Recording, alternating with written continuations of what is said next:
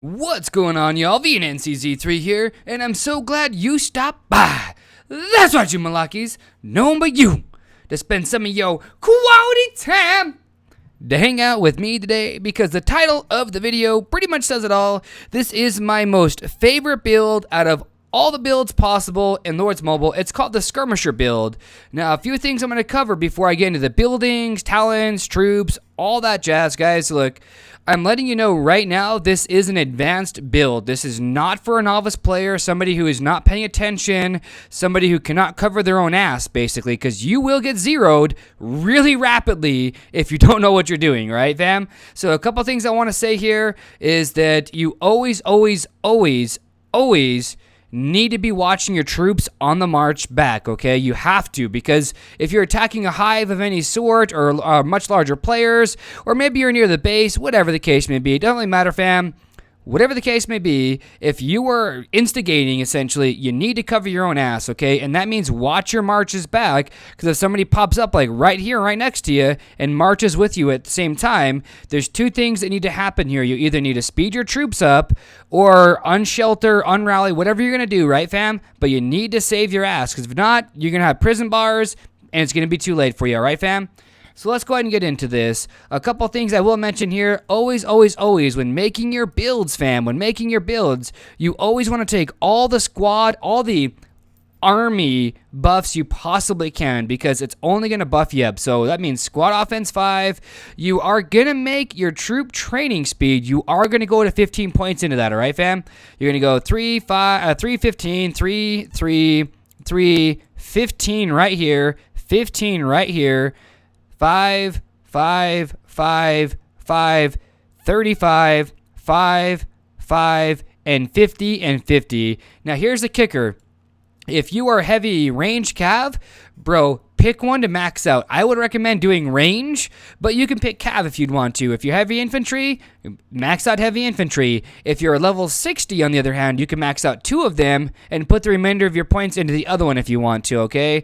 Another thing I will highly recommend with this build is to build a mixed amount of troops. This is not one you really want to go with the 2 troop type, okay? Because players, if they know that you're high infantry or high cav or whatever the case may be, they're just going to throw the counter at you, and you're going to get zeroed, okay? So don't tell me that, oh, bro, I got zeroed using your strategy, it sucks. Because I'm warning you right now, it is an advanced strategy, all right, fam? There's a reason why I love this build so much, because it keeps you lower in might, but you can still punch somebody right in the mouth, right in the goat kisser, right? And yeah, I said goat kisser, fam. Really quick here, I want to show you guys this before I forget, in case the Clash Royale, or my bad, the Kingdom, whatever. Anyways, the KVK shit, as long as it doesn't reset, look, guys, I didn't kill a single troop this time, and I got 38.2 million points, and the guild as a whole got 514 million. I will let you guys know the secrets, maybe in the next video, all right, fam? But let's continue. A couple things I will say here is that you absolutely need to be maxed T3 and or be a T4 player to pull this build off. If you try to do it at an earlier stage, you're just going to lose troop after troop after troop, and you're going to be like, what am I doing wrong? It's probably your research, okay? Max T3 means level 10s on these guys up top, and then level 10 attacks across the boards, then level 9 defenses, and then level 9 healths, and then you're going to have all of your armies up to level 9. This does not mean you're a trap account, because you can max out your economy, you can do monster hunting, you can do all of these. And in fact, the other researches I would highly recommend that you pick up is this guy right here. This quick maneuver is so freaking boss, guys. I'm telling you right now, you absolutely want to do this, all right? Also, your field triage. Your field triage is going to come in handy as well. It's 80% healing speed on your troops, so that's going to come seriously in handy. Another one that will as well is your training speed too. This one here is 24%. Another one that's really handy to have is your quick swap. The reason being is because you have the opportunity to put on your travel speed gear. For you guys that have ivory chokers, if you have 2 sets of gear you've got, when you send out a troop army, when you send out a march, it does a gear check. When it impacts, it does another gear check, so you can use your quick swap to switch into your full combat gear, and then on the run back, it does one last gear check, all right, fam? And that's for travel speeds, basically, okay? So you guys can send in all max travel speed gear on at somebody, even if it's not even jeweled up or all that stuff, and you can make a big impact by quick swapping to your damage gear, okay? That's going to help you out quite a bit. Let me think about this, right? Your other ones that are going to help you out is the training speed 3. Having the different phalanxes will help you out.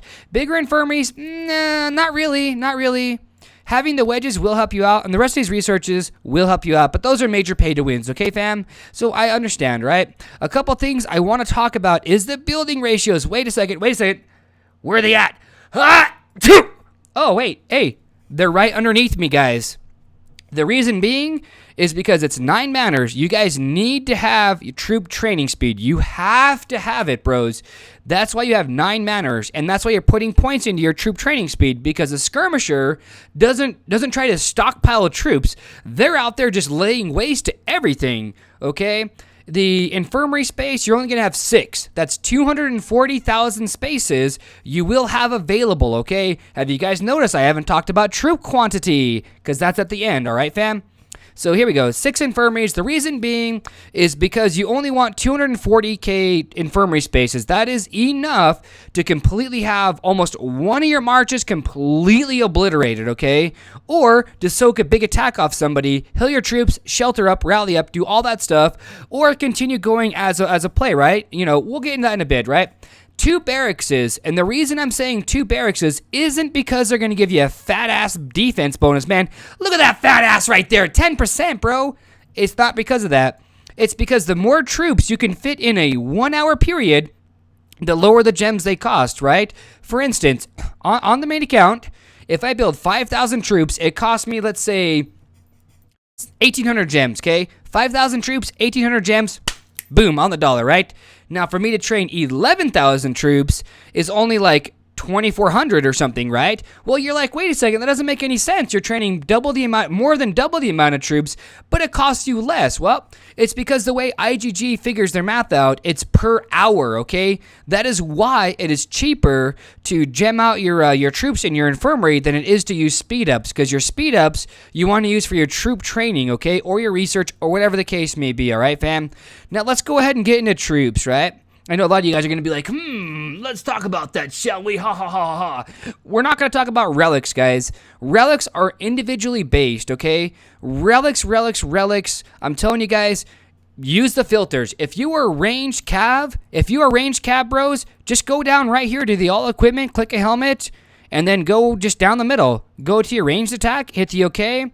Okay, is it free to play? Am I not free to play? And then go down, right, fam? This is what I do personally. And then I write down the stats, or I make a note somewhere, right, on my phone or mental or whatever the case is, and I compare the stats. I will tell you guys this much right now.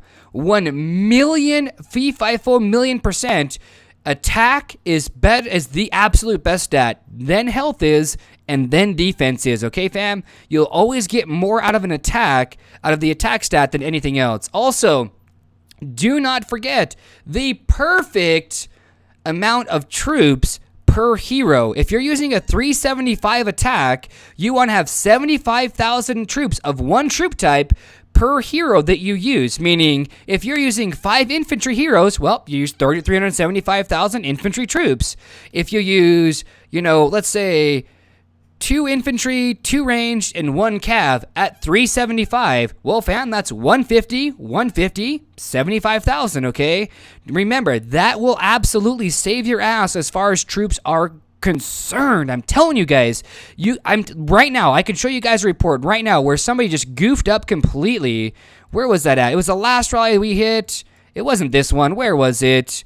We smacked into somebody that did here we go. I think this is it right here. Yeah, this one right here, okay? The troop composition per hero was really off in this battle. This was KVK, by the way. Look, Death Knight is a shit hero. You only get him if you need a gold cav hero. That is it. Otherwise, don't use him. He doesn't offer any attack.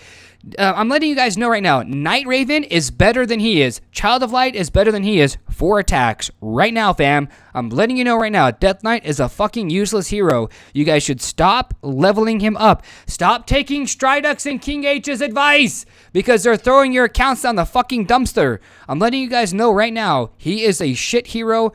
Don't level him up anymore, okay? Just don't. Go with Night Raven. Or Child of Light if you need an infantry hero, or a cavalry hero, or go with Child of Light if you need a tank hero for your hero chapters, or go with Child of Light if you need one for the Coliseum. The only one time Death Knight is a good hero is in the Coliseum against a burst team, but that's it. And those are so far and few between, guys. I'm letting you know right now. But just check this out. The enemy's troop composition to their heroes was significantly better. That is why we lost an equal amount, even though they had an elementalist. And by the way, he's Siege, so he didn't even help. All he was there for was the leadership bonus. That is it, fam. Okay, now that I'm done with that, guys, you guys can see the numbers, yada, yada, yada, right? Let's go ahead and get into troops, right?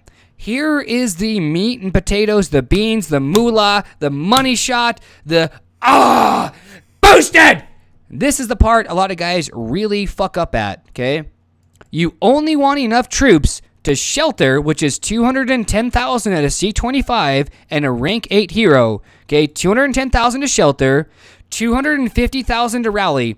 That is it, fam. No more. If you have more troops and you're continuously building more troops, don't be pissed off if you start to lose them, right? That doesn't mean you should stop making troops. That means you should continue to make them because you're continuing to attack. Skirmish builds are meant for players that like to attack, okay? They're very compact. They're very self-reliant. I'm telling you guys also for perfect building setups for resources. So make sure they're all even as far as these buildings down here go. You guys are going to want 7 ores, 7 ore producers, 5 stone, 5 wood, and 1 farm. That is it, fam. I'm not going to put that on the screen because that really doesn't affect how well you can perform in the Skirmisher build. I'm telling you, fam, right now, you're going to mess it up if you start piling up 700,000, 800,000, 900,000 troops, okay?